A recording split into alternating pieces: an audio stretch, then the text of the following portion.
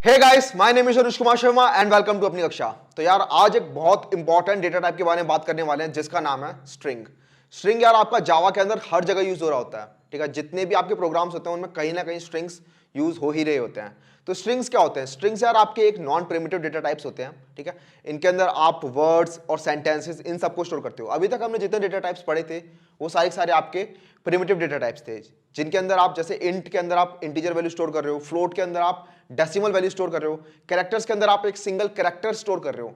लेकिन कभी भी अभी तक हमने नहीं देखा जहां पे आपको वर्ड स्टोर करना है तो क्या डेटा टाइप यूज करें, ठीक है।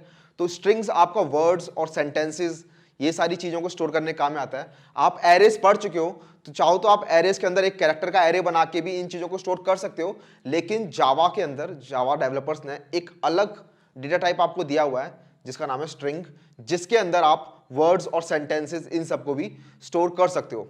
तो आज हम स्ट्रिंग के बारे में जानेंगे और पूरा डीपली जानेंगे कि स्ट्रिंग्स कैसे काम करते हैं।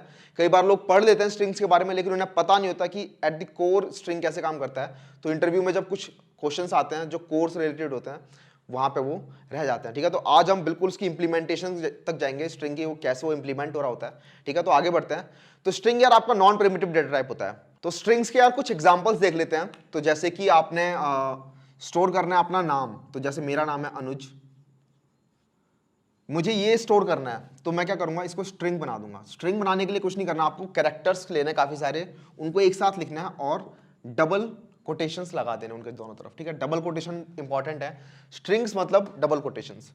अगर आप सिंगल कोट यूज करते हो तो वो आपका एक कैरेक्टर होता है। जैसे यहाँ पे एक कैरेक्टर आ जाएगा, लेट्स से ए, ये आपका एक सिंगल कैरेक्टर है और सिंगल कोटेशन के अंदर आप दो कैरेक्टर्स नहीं लिख सकते। ये ए बी अगर आप लिख दोगे तो ये आपका कंपाइलेशन एरर आ जाएगा।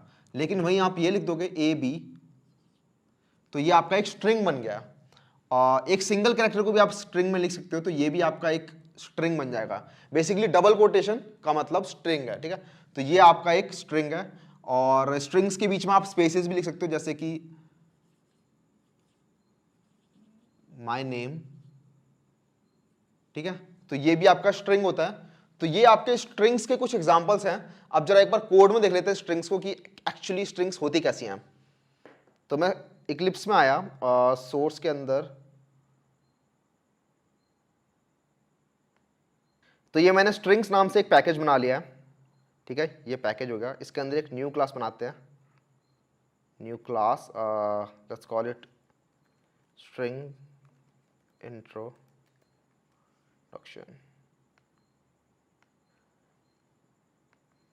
तो ये मेरी क्लास बन गई है स्ट्रिंग इंट्रोडक्शन। इसके अंदर कुछ स्ट्रिंग्स बना लेते हैं। तो स्ट्रिंग्स को अगर आपको डिफाइन करना है तो स्ट्रिंग्स को मैंने बता दिया आपको, एक ये आपका एक डेटा टाइप होता है, ठीक है। नॉन प्रिमिटिव डेटा टाइप होता है। तो जैसे नॉर्मल आप डेटा टाइप्स को इनिशियलाइज कर रहे हो तो वैसे यहाँ पे भी करेंगे। सबसे पहले डेटा टाइप का नाम तो स्ट्रिंग, उसके बाद वेरिएबल का नाम let's call it name equals to double quotation के अंदर अनुज, ठीक है। तो ये आपने एक स्ट्रिंग यहाँ पे अपना इनिशियलाइज कर दिया है जिसके अंदर आपने वैल्यू डाली है अनुज। तो अगर आप इसे प्रिंट कराओगे, नेम को, अगर नेम वेरिएबल को प्रिंट कराओगे तो आपका यहाँ पे अनुज देख रहे हो प्रिंट हो गया। तो ये आपका एक नॉर्मल स्ट्रिंग था।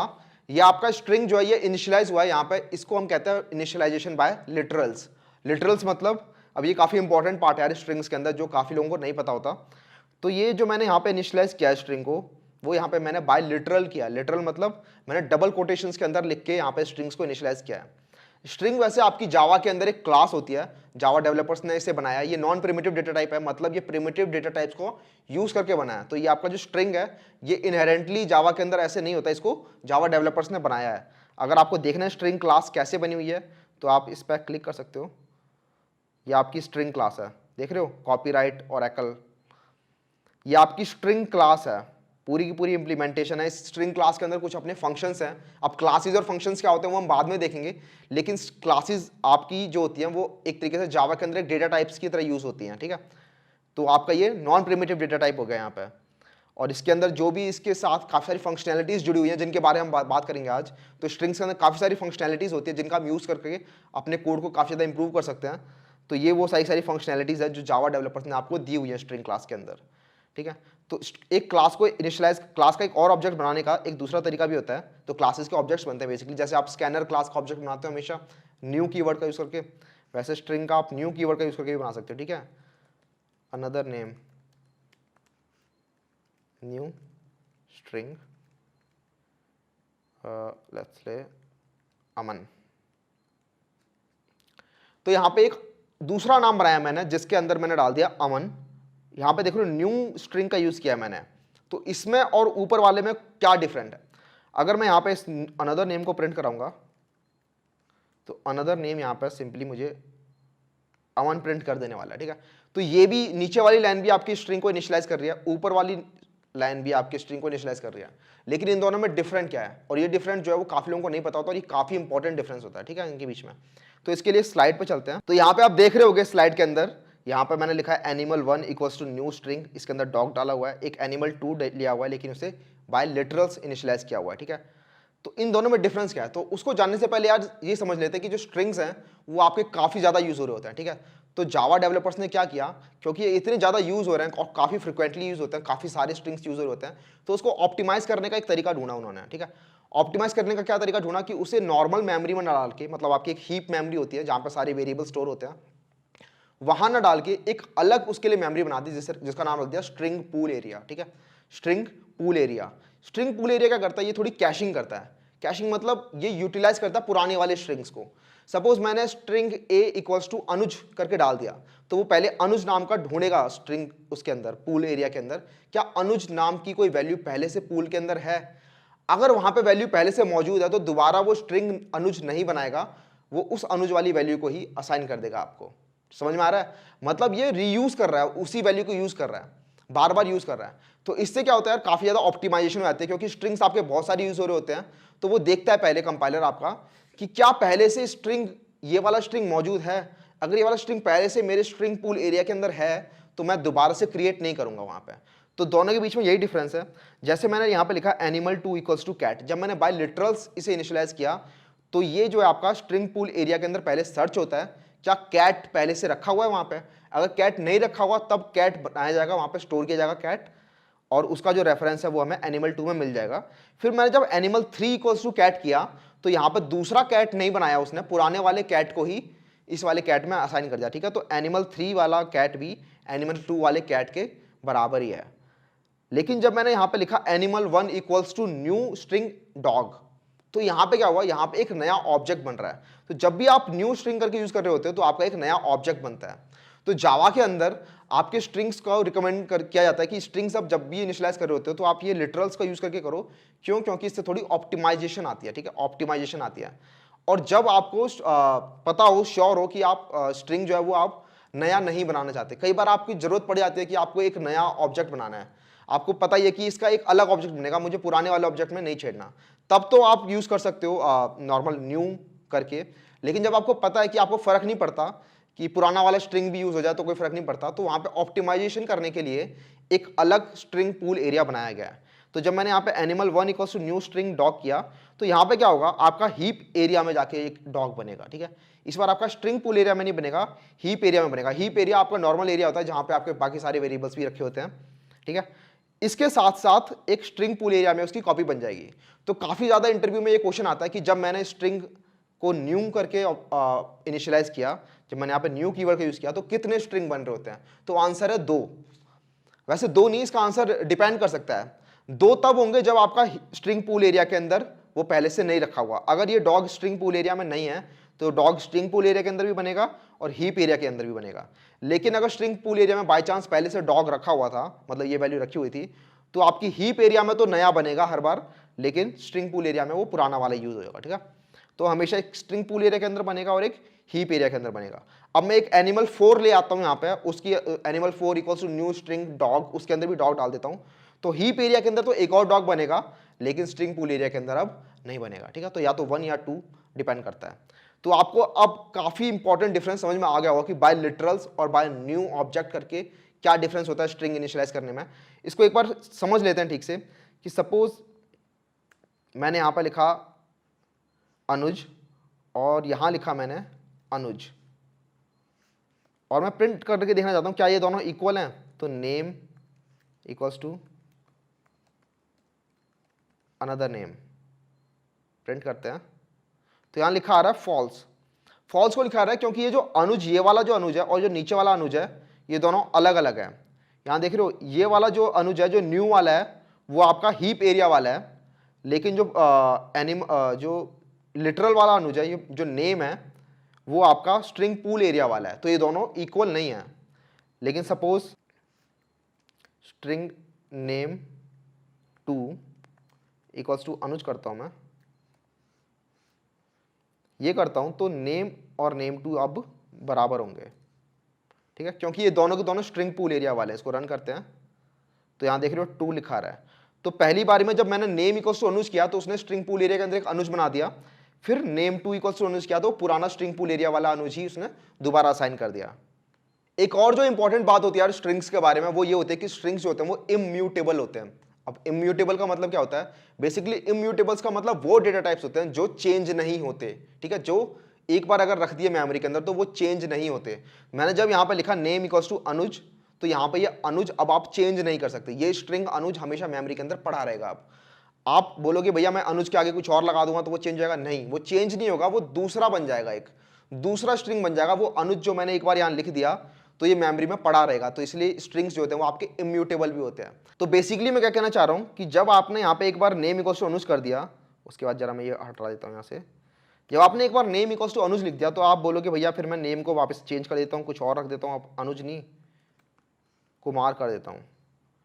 तो कुमार करने से आपका ये जो अनुज आपने जो लिखा था मेमोरी के अंदर वो अनुज पड़ा रहेगा, वहां पे कुमार नाम का एक अलग स्ट्रिंग बन जाएगा और उसकी वैल्यू आपको नेम में असाइन हो जाएगी, ठीक है। तो यहां पे ऐसा नहीं है कि ये नेम चेंज हो गया है या नेम हट गया मेमोरी में से, ये अनुज सॉरी ये अनुज हट गया है मेमोरी में से, अनुज अभी भी नहीं हटा है मेमोरी में से, अनुज अभी भी वहीं पे वो पुराना वाला अनुज यहाँ पे पड़ा हुआ है, ठीक है। तो स्ट्रिंग्स जो आते हैं वो आपके इम्यूटेबल होते हैं। इम्यूटेबल मतलब जो चेंज नहीं किए जा सकते। अब आप यहाँ पे प्रिंट कराओगे तो ऑब्वियसली आपका कुमार ही प्रिंट होगा, लेकिन ये जो कुमार है ये अनुज वाली जगह पे नहीं आया, अनुज अभी भी पड़ा हुआ है मेमोरी के अंदर, लेकिन कुमार आ गया एक, ठीक है। अब ये अनुज कब हटेगा? फिर ये अनुज यार ये हटेगा आपका ये जो जब एक चीज़ होती है गार्बेज कलेक्शन, जिसके बारे में बाद में बात करेंगे, अभी समझते नहीं उसे। तो बेसिकली गार्बेज कलेक्शन क्या करता है, जब वो देखता है कि किसी वेरिएबल के ऊपर या किसी वैल्यू के ऊपर कोई रेफरेंस नहीं बचा है या फिर वो नल हो गई है तो वो हटा देता है मेमोरी में से। तो ताकि अनुज हमेशा नहीं पड़ा रहना चाहिए मेमोरी में से, वरना वो मेमोरी की आपकी वेस्टेज हो रही है।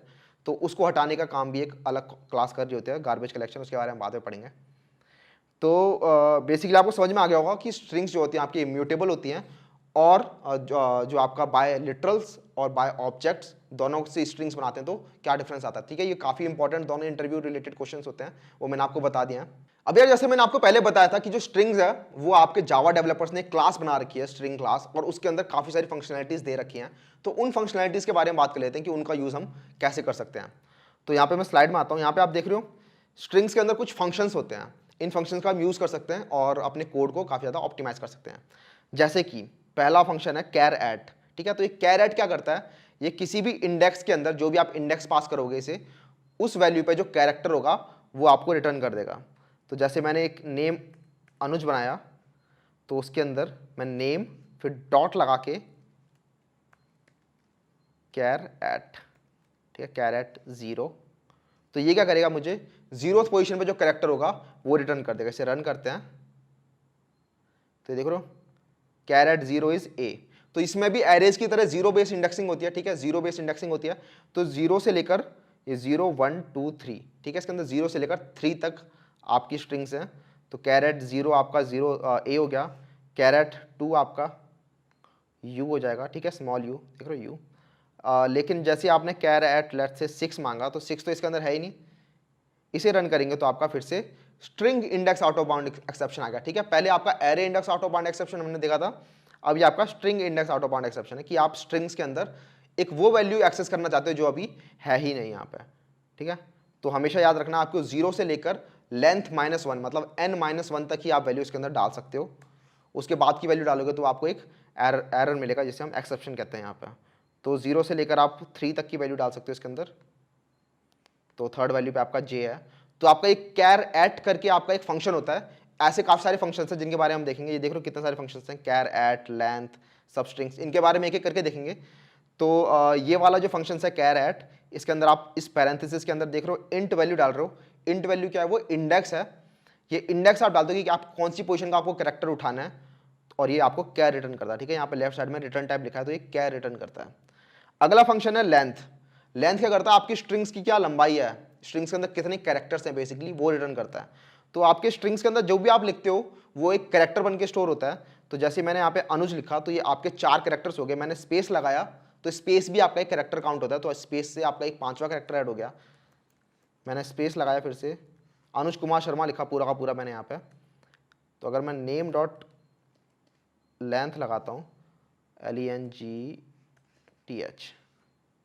तो नेम डॉट लेंथ जो है आपको स्ट्रिंग के अंदर कितने कैरेक्टर्स हैं वो रिटर्न करता है। तो यहाँ पे 17 कैरेक्टर्स हैं जिनके अंदर ये स्पेसेस जो हैं बीच के अंदर ये भी काउंट हुए हैं, ठीक है, ये वाले स्पेसेस। तो इस टोटल जो पूरी स्ट्रिंग्स हैं इसके अंदर 17 कैरेक्टर्स। अगले फंक्शन में मूव करते हैं यार। अगला फंक्शन है सब स्ट्रिंग। तो ये सब स्ट्रिंग क्या करता है, आपको स्ट्रिंग के अंदर से एक सब स्ट्रिंग रिटर्न करता है। आपको याद होगा मैंने एक क्वेश्चन के अंदर सब एरे के बारे में बात की थी, ठीक है, सब एरे के बारे में बात की थी। तो ऐसे ही सब स्ट्रिंग भी होता है, basically continuous part of a string is a substring. जैसे continuous part of an array is subarray, वैसे continuous part of a string is substring. तो उसके अंदर 2 फंक्शंस है यहाँ पे, एक ये वाला फंक्शन है जिसके अंदर आप सिर्फ एक वैल्यू डाल रहे हो बिगिनिंग इंडेक्स, एक दूसरा फंक्शन नीचे भी है जिसके अंदर आप बिगिनिंग इंडेक्स और एंड इंडेक्स भी डाल रहे हो। तो बेसिकली दोनों में डिफरेंस क्या है कि पहले वाले सब स्ट्रिंग वाले फंक्शंस के अंदर आप सिर्फ एक पहली वैल्यू डालते हो कहाँ से स्टार्ट करना है आपको, और उस पोजीशन से लेकर लास्ट तक जो स्ट्रिंग है, जो बेसिकली जो सब स्ट्रिंग है वो आपको रिटर्न होती है। यहाँ पे देख रहे हो रिटर्न स्ट्रिंग हो रहा है। और दूसरे वाले के अंदर आप बिगिनिंग इंडेक्स डालते हो और एंड इंडेक्स डालते हो, तो बिगिनिंग इंडेक्स से लेकर एंड इंडेक्स तक के बीच में जो स्ट्रिंग होगी वो रिटर्न होती है दूसरे वाले के अंदर। दोनों का यूज देख लेते हैं। तो सपोज मेरी ये स्ट्रिंग है नेम, इसके अंदर मैंने लिखा नेम डॉट सब स्ट्रिंग लेट्स से 5। तो 5th कैरेक्टर मतलब 0 1 2 3 4 5, 5th कैरेक्टर मतलब इस के से लेकर इस शर्मा तक जितने भी टोटल सब स्ट्रिंग है वो सारी रिटर्न हो जाएगी। देख रहे हो कुमार शर्मा, तो ये कुमार शर्मा वाली स्ट्रिंग यहाँ पे रिटर्न हो रही है। तो अब यार ये नीचे वाले जो सब स्ट्रिंग है इसके बारे में बात कर लेते हैं, जहाँ पे आप 2 वैल्यू डाल रहे हो, एक बिगिनिंग इंडेक्स डाल रहे हो और एक एंड इंडेक्स डाल रहे हो बेसिकली। तो आप यहाँ पे पहले तो अभी सिर्फ एक बिगिनिंग इंडेक्स डाल रहे थे, तो वहाँ से लेकर एंड तक के जितनी भी सब स्ट्रिंग बन रही थी वो रिटर्न हो रही थी। लेकिन दूसरे वाला इंटीजर लिखते ही लेट्स से 12 लिख दिया मैंने तो ये 5th पोजीशन से लेकर 12 - 1 मतलब 11th पोजीशन तक जितनी भी स्ट्रिंग बनेगी वो रिटर्न कर देगा, ठीक है। इसे रन करते हैं तो ये देख रहे हो कुमार एस, तो ये 5 से लेकर ये 11th पोजीशन तक मतलब यहाँ तक के बीच में जो स्ट्रिंग होगी वो रिटर्न होगी। बेसिकली लेंथ जो सॉरी ये जो एंड इंडेक्स है उससे -1 तक जितने भी कैरेक्टर्स होंगे वहाँ तक की स्ट्रिंग रिटर्न होती है। तो अगर मैं आपको यहाँ पर लिखूँगा 5 से लेकर 6 तक, तो सिर्फ एक ये के रिटर्न हो रहा है, ठीक है। और इसकी वैल्यू जो ये एंड इंडेक्स है इसकी वैल्यू 0 से के बीच में 0 से लेकर आपकी लेंथ तक जा सकती है, ठीक है। तो आप इसको यहाँ से 0 से लेकर यहाँ भी 0 लिख सकते हो, लेकिन कुछ रिटर्न नहीं होगा, ठीक है, क्योंकि 0 से लेकर 0 - 1 तक कुछ है नहीं। लेकिन 0 से लेकर आप यहाँ पे इसे 17 तक लिख सकते हो क्योंकि इसकी लेंथ 17 है। तो यहाँ पे पूरी की पूरी स्ट्रिंग भी रिटर्न हो जाएगी। तो समझ में आ गया होगा सब स्ट्रिंग के 2 मेथड है, एक है आपका सिर्फ जिसमें बिगिनिंग इंडेक्स डालनी है और दूसरे जिसके अंदर बिगिनिंग इंडेक्स और एंड इंडेक्स भी डाल सकते हो। अच्छा, अगला है आपका कंटेन्स फंक्शन। ये बताता है कि आपके किसी भी स्ट्रिंग के अंदर कोई कैरेक्टर मौजूद है या नहीं है, ठीक है। तो कंटेन्स के अंदर आप देख रहे हो यहाँ पे कैर सीक्वेंस डाल रहे हो। ये कैर सीक्वेंस क्या होता है इसके बारे में भी टेंशन लेने की जरूरत नहीं है। बेसिकली आप यहाँ पर चाहो तो कोई भी स्ट्रिंग डाल सकते हो या फिर कोई कैरेक्टर डाल सकते हो, कुछ भी डालोगे वो बता देगा कि ये इसके अंदर है या नहीं है, ठीक है। बूलियन रिटर्न करता है इधर ट्रू या फॉल्स। तो इसको यूज़ करने का तरीका देख लेते हैं। जैसे कि नेम के अंदर आपको ढूंढना है कि नेम के अंदर अनुज है या नहीं है, ठीक है। तो नेम के अंदर अगर अनुज लिखा हुआ कहीं पे भी तो ये रिटर्न कर देगा ट्रू। जैसे अनुज लिखा हुआ है यहाँ पे नेम में तो रिटर्न कर देगा ट्रू। लेकिन अगर मैं ढूंढूंगा कि नेम के अंदर अमन है या नहीं है तो ये मुझे फॉल्स रिटर्न कर देगा। तो ये आपका कंटेन्स फंक्शन हो गया। कुछ और भी देख लेते हैं। एक होता है इक्वल्स। तो अभी तक हमने जो देखा था डबल इक्वल टू वाला जो आपका ट्रू या फॉल्स रिटर्न कर रहा था, तो डबल इक्वल टू जो होते हैं वो आपके ऑब्जेक्ट के साथ खेलते हैं, ठीक है। ऑब्जेक्ट रेफरेंस आपका सही है कि नहीं है। ऑब्जेक्ट के बारे में ठीक से बात करेंगे जब हम क्लासेस और ऑब्जेक्ट के बारे में बात करेंगे। बेसिकली मैंने आपको बताया था कि लिटरल्स और जो आपने न्यू करके जो आपने जो एक स्ट्रिंग बनाया है, दोनों के दोनों अगर सेम भी होते हैं तो भी इक्वल टू जब लिखते हैं तो वो फॉल्स रिटर्न कर रहे होते हैं। लेकिन अगर आपको एक्चुअली चेक करने की उनकी वैल्यूज क्या क्या है, क्या वो वैल्यूज सेम है या नहीं है, तो उसके लिए एक अलग फंक्शन है जिसका नाम है इक्वल्स। तो लेट्स से मैंने एक अनुज करके ऐसे बनाया, इतना बड़ा नहीं रखते इसको, और string name 2 equals to new string अनुज।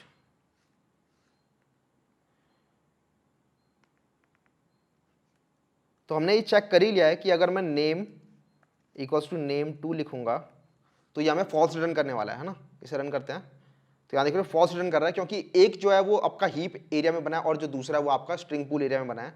लेकिन अगर आपको चेक करना है कि नेम और name2 के अंदर जो वैल्यूज हैं वो सेम है या नहीं है, तो उसके लिए आप इक्वल्स यूज करोगे, इक्वल्स फंक्शन। तो name dot equals content equals नहीं, नेम डॉट इक्वल्स name2। तो ये भी आपका बूलियन रिटर्न करता है, हमें यहाँ पे देख लिया बूलियन रिटर्न करता है ये। तो ये आपका ट्रू रिटर्न करने वाला है क्योंकि ये आपकी वैल्यूज को चेक करता है, ठीक है, ऑब्जेक्ट रेफरेंस को चेक नहीं करता। तो यहाँ पे देखो ये ट्रू रिटर्न कर रहा है। अब मैंने यहाँ पे अगर अनुज की जगह कुछ और एक स्पेस भी लगा दिया तो ये आपके दो डिफरेंट स्ट्रिंग्स हो चुकी हैं। अब इनको चेक करोगे तो आपका ये फॉल्स रिटर्न कर रहा है, ठीक है, क्योंकि यहाँ पे अनुज लिखा है और यहाँ पे अनुज स्पेस लिखा है। तो डॉट इक्वल समझ में आ गया। डॉट इक्वल्स आपको डॉट इक्वल से फर्क नहीं पड़ता कि आपका जो स्ट्रिंग्स है वो अलग अलग ऑब्जेक्ट रेफरेंस कर रहे हैं या नहीं कर रहे हैं, वो चेक करता है उनकी वैल्यूज को कि क्या वैल्यूज है वहाँ पर, ठीक है, उनको चेक करके फिर बताता है कि ट्रू या फॉल्स है। तो ये आपका इक्वल्स मेथड हो गया। एक होता है आपका इज एम्प्टी, ये बताता है कि आपकी स्ट्रिंग जो है वो खाली है क्या, मतलब स्ट्रिंग के अंदर 0 कैरेक्टर होते हैं तो आपका इज एम्प्टी ट्रू देता है। बेसिकली अगर सपोज आपकी स्ट्रिंग ये है, खाली स्ट्रिंग है, ठीक है, और आपको चेक करना है क्या ये खाली है, तो ये इज एम्प्टी एक फंक्शन होता है, इज एम्प्टी। तो नेम क्या आपका एम्प्टी है, तो यहाँ पर ट्रू है क्या, क्योंकि नेम के अंदर 0 कैरेक्टर्स हैं।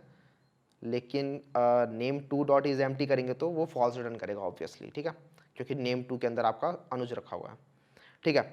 अगला होता है कनकैट। कनकैट क्या करता है, एक स्ट्रिंग के एंड में दूसरी स्ट्रिंग अपेंड कर देता है, मतलब एक स्ट्रिंग के एंड में अगर आपको दूसरी स्ट्रिंग ज्वाइन करनी है तो उसके लिए आप कनकैट मेथड यूज करते हो। देख रहे हो यहाँ पे एक स्ट्रिंग पास कर रहे हो आप और आपको रिटर्न भी एक स्ट्रिंग कर रहा है ये।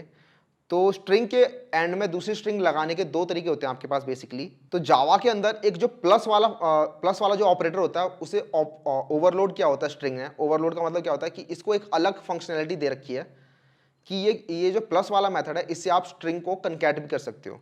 बेसिकली मैं क्या कहना चाहता हूँ कि स्ट्रिंग के अंदर सपोज आपका लिखा हुआ आपने अनुज, और फिर आप क्या कर सकते हो, name equals to name plus Kumar, ठीक है। तो मैंने क्या किया, name equals to name plus Kumar. तो ये प्लस वाला जो ऑपरेटर होता है उससे आपको पता ही होगा, आप नॉर्मल आपका जो प्लस ऑपरेशन होता है वो आप कर सकते हो इंट के साथ। लेकिन स्ट्रिंग्स के अंदर आप प्लस वाले ऑपरेटर से आप चाहो तो स्ट्रिंग के बाद में दूसरी स्ट्रिंग भी अपेंड कर सकते हो। तो जब मैं यहाँ पे नेम प्रिंट करूंगा तो मुझे नेम में अनुज कुमार मिलेगा बिना स्पेस के। देख रहे हो अनुज और कुमार मिल गया, बीच में कोई स्पेस नहीं। अगर आप बीच में स्पेस चाहते हो तो यहाँ पे एक स्पेस लगा दो, तो ये अनुज कुमार हो गया।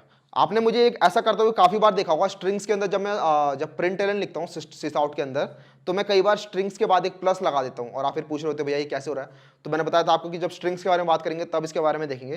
तो बेसिकली वही होता है यार, स्ट्रिंग्स के अंदर आपका ये जो जावा के अंदर जो प्लस ऑपरेटर है उसे ओवरलोड किया हुआ स्ट्रिंग ने। तो इसका मतलब क्या हुआ कि आप इसका यूज करके आप दो स्ट्रिंग्स को कनकैट कर सकते हो, मतलब दो स्ट्रिंग्स को ऐड कर सकते हो। तो अगर आपको ऐसे करके ऐड नहीं करना, मतलब कनकैट नहीं करना, तो उसके लिए एक अलग फंक्शन भी बना हुआ है जिसका नाम है डॉट कनकैट। तो नेम डॉट कनकैट, इसके अंदर आप दूसरी स्ट्रिंग पास करते हो, लेट्स से शर्मा। मैंने शर्मा पास कर दी, तो पहले आपका नेम था अनुज कुमार, अब आपका नेम हो चुका है, उसके पीछे एक शर्मा भी ऐड हो गया, ठीक है। शर्मा देखो यहाँ पे ऐड हो गया बिना स्पेस के। तो स्पेस अगर आप चाहिए तो यहाँ पे एक स्पेस लगा दिया मैंने। अब रन करेंगे तो अनुज कुमार शर्मा पूरा का पूरा कनकैट होकर स्ट्रिंग यहाँ पे आपका आ गया, ठीक है। तो कनकैट समझ में आ गया। अब अगला होता है रिप्लेस। रिप्लेस वाले से क्या होता है, आप बता देते हो कि मुझे पुराने वाले कैरेक्टर को हटा के नया वाला कैरेक्टर लगाना स्ट्रिंग के अंदर। तो बेसिकली मैं क्या कहना चाहता हूँ, जैसे मेरी ये स्ट्रिंग है अनुज कुमार शर्मा, ठीक है,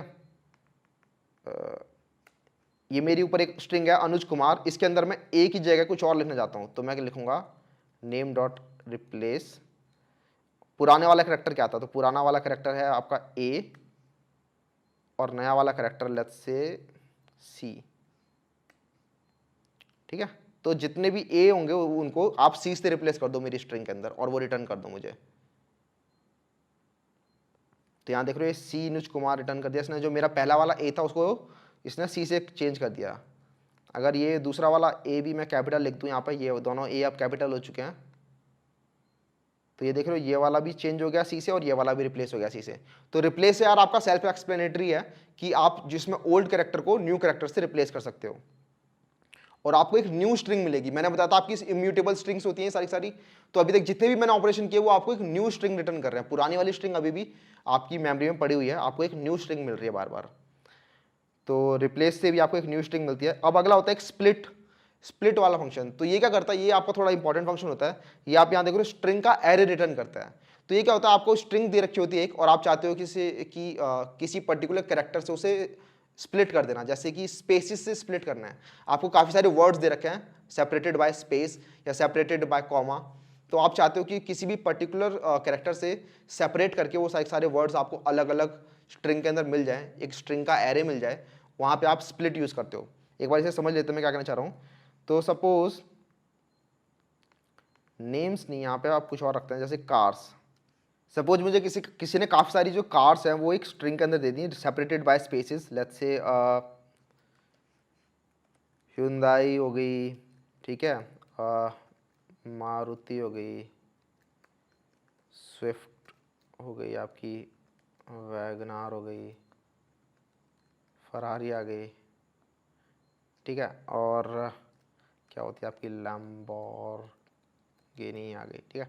तो ये काफ़ी सारी स्ट्रिंग्स जो काफ़ी सारे जो कार्स के नाम थे वो किसी ने मुझे दे दिए, लेकिन उनको सेपरेटेड बाय स्पेस कर दिया उसने।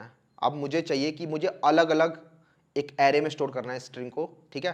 तो मैं कैसे स्टोर कर सकता हूँ उसे, तो मुझे यहाँ पर पता है कि ये सारी जो कार्स के नाम है वो कॉमा से सेपरेटेड है। तो मैं यहाँ पे स्प्लिट फंक्शन लगा सकता हूँ, और स्प्लिट किसके अराउंड करना है मुझे, कॉमा के अराउंड। तो स्ट्रिंग का एक एरे मिलेगा मुझे, ऑल कार्स के अंदर डाल देते हैं उसे। तो कार्स डॉट स्प्लिट बाय अ रेजेक्स, तो रेजेक्स मतलब रेगुलर एक्सप्रेशन। तो यहाँ पे मैंने इसे एक कॉमा से सेपरेट कर दिया, और कॉमा से सेपरेट करने के बाद मुझे जितनी भी स्ट्रिंग्स होंगी वो सारी एक एरे में स्टोर हो जाएंगी, और मुझे एक ऑल कार्स के अंदर मैंने स्टोर कर लिया इन्हें। अब मुझे ऑल कार्स प्रिंट करनी है। तो फॉर ईच लूप आपको मैंने बताया था, फॉर, तो सबसे पहले नाम की किस टाइप की स्ट्रिंग है, किस टाइप का एरे है, तो स्ट्रिंग नाम का एरे है। स्ट्रिंग अलग अलग कार मैंने एक कार वाली वेरिएबल में डाल दी ऑल कार्स के अंदर से,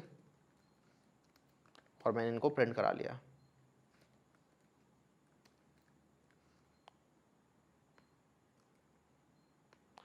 ठीक है, इसे रन करके देखते हैं। तो यहाँ देख रहे हो जितनी भी आपकी कार्स थी वो आपकी इस एरे में आ चुकी है ऑल कार के अंदर, उसे मैंने एक एक करके यहाँ पे प्रिंट कर लिया है। अगर ये स्प्लिट वाला फंक्शन आप यूज़ नहीं करते तो इस क्वेश्चन को सॉल्व करने में थोड़ी आपको दिक्कत आ जाती है, ठीक है। आपको खुद से पूरा एक लूप चला के जाना पड़ता एंड तक, और देखना पड़ता कि अच्छा यहाँ पे कॉमा आ गया, ठीक है, इसको एक अलग वैल्यू में डालो, कॉमा आ गया अलग वैल्यू में डालो। ये स्प्लिट वाला फंक्शन जो है वो आपके लिए ये सारा पहले से ही करके देता है। स्प्लिट वाली फंक्शन के अंदर आप यहाँ पे कॉमा डाल सकते हो, कॉमा की जगह आप कुछ और भी कैरेक्टर डालोगे तो उसके अराउंड स्प्लिट हो जाएगा। लेट्स से मैं ए डालता हूँ यहाँ पे, तो जितने भी ए कैरेक्टर्स होंगे उसके अराउंड स्प्लिट हो जाएगा। इसे रन करके देखते हैं।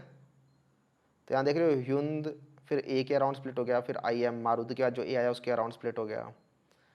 तो ये बेसिकली ए के अराउंड स्प्लिट हो गया है।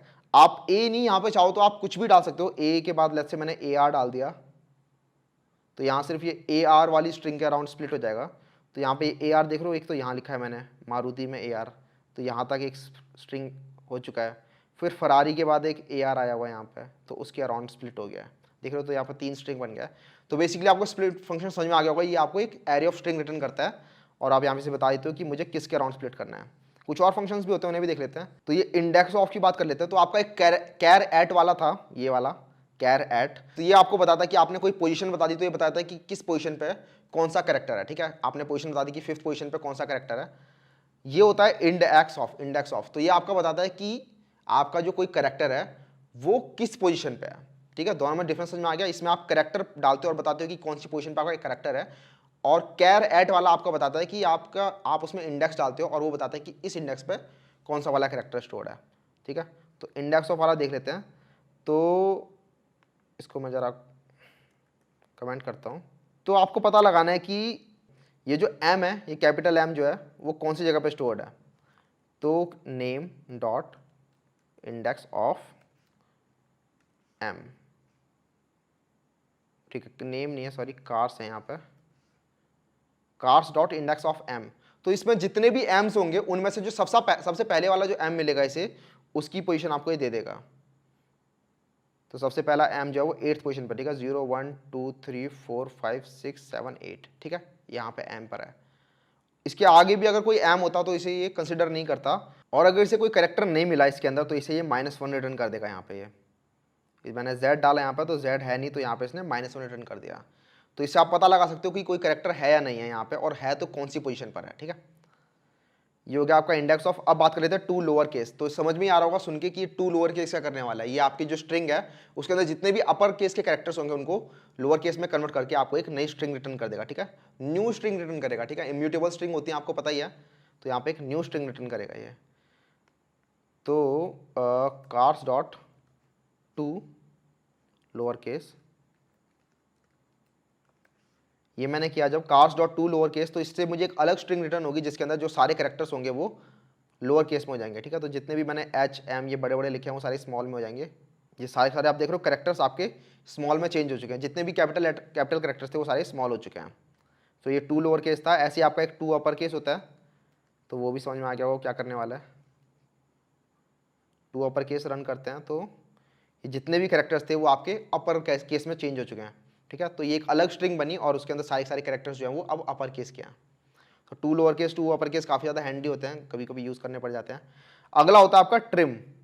तो ट्रिम वाला क्या करेगा, ये आपके जो ट्रेलिंग स्पेसेस होते हैं आपकी स्ट्रिंग के आगे और पीछे जितने भी ट्रेलिंग स्पेसेस होते हैं उनको हटाने का काम करता है। तो कई बार आपकी जो स्ट्रिंग्स होती हैं, लेट्स से स्ट्रिंग नेम वो कुछ ऐसी है,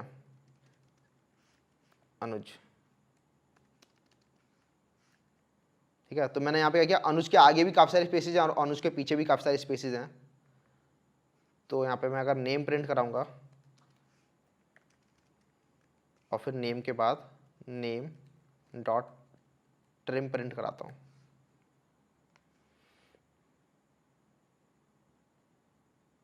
तो यहाँ तो देख रहे हो काफ़ी सारे स्पेसेस वाला नेम प्रिंट हुआ है। ये पहले वाला नेम प्रिंट हो गया यहाँ पे, और उसके बाद का प्रिंट हुआ है ट्रिम वाला। तो ट्रिम वाला क्या करेगा, आगे और पीछे जितने भी स्पेसेस होंगे उन सबको हटा देगा और आपको एक नई स्ट्रिंग रिटर्न करेगा, ठीक है। एक बार जरा मैं थोड़ी क्लैरिटी के लिए इस वाले नेम को हटा देता हूँ यहाँ से। तो नेम डॉट ट्रिम प्रिंट कराते हैं सिर्फ, तो सिर्फ अनुज प्रिंट हो रहा है, देख रहे हो, आगे और पीछे के जितने भी स्पेसेस थे वो सारे के सारे हट जाते हैं। तो ये भी काफ़ी यूजफुल होता है, कई बार जब आपको स्पेसेस हटाने होते हैं आगे पीछे से तो आप ट्रिम फंक्शन यूज़ करते हो। तो ऐसे ही काफ़ी सारे और भी काफ़ी सारे फंक्शंस होते हैं जो मैंने यहाँ पे मेंशन नहीं किए हैं, और भी कुछ इंपॉर्टेंट फंक्शंस होते हैं जिनको काफ़ी ज़्यादा जरूरत पड़ती नहीं है जिनकी, लेकिन काफ़ी अभी यूज़ केसेस आ जाते हैं तो आपको जरूरत पड़ जाती है। तो आप स्ट्रिंग्स के और भी काफ़ी सारे फंक्शंस जो आप खुद भी देख सकते हो, जो मोस्ट इंपॉर्टेंट थे, जो काफ़ी ज़्यादा यूज हो रहे होते हैं, वो मैंने यहाँ पे डिस्कस कर लिया है। तो ये आपका स्ट्रिंग था यार, जो काफ़ी आपका डीप में जा चुका है अभी, ठीक है। तो आज की वीडियो में यार हमने स्ट्रिंग्स के बारे में बात किया, ठीक है। जितने भी स्ट्रिंग्स के अंदर काफ़ी इंपॉर्टेंट कंसेप्ट थे वो हमने डिस्कस किए, काफ़ी एडवांस लेवल तक गया हूँ स्ट्रिंग के अंदर आज, जो काफ़ी बच्चों को पता नहीं होते, इंटरव्यू में बैठ जाते हैं लेकिन काफ़ी बच्चों को पता नहीं होता कि जो आपका हीप स्पेस होता है और जो आपका स्ट्रिंग पूल स्पेस होता है दोनों में डिफरेंस क्या होता है। तो वो आई होप समझ में आ गया होगा आपको। और स्ट्रिंग्स के अंदर काफ़ी जितने अच्छे इंपॉर्टेंट फंक्शंस थे उनके बारे में हमने डिस्कस किया है, और आज आने वाली वीडियो में हम डिस्कस करेंगे स्ट्रिंग के अंदर कोई अच्छा इंटरव्यू वाला क्वेश्चन जो काफ़ी ज़्यादा पूछा जाता है और काफ़ी इंपॉर्टेंट क्वेश्चन भी है। तो स्ट्रिंग के अंदर एक इंपॉर्टेंट क्वेश्चन अगली वीडियो में हम डिस्कस करने वाले हैं।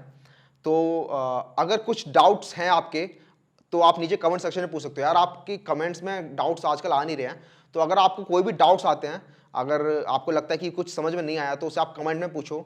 मैं पूरी कोशिश करूंगा कि आपको कमेंट के अंदर उसे पूरा सॉल्व करने की कोशिश करूं, वरना अगली वीडियो में उसे देखा जाएगा कि क्या डाउट है, ठीक है। तो अगली वीडियो में बात करने वाले स्ट्रिंग के अंदर किसी एक इंपॉर्टेंट क्वेश्चन के बारे में। तब तक के लिए चलते हैं यार, see you, have a good day, bye.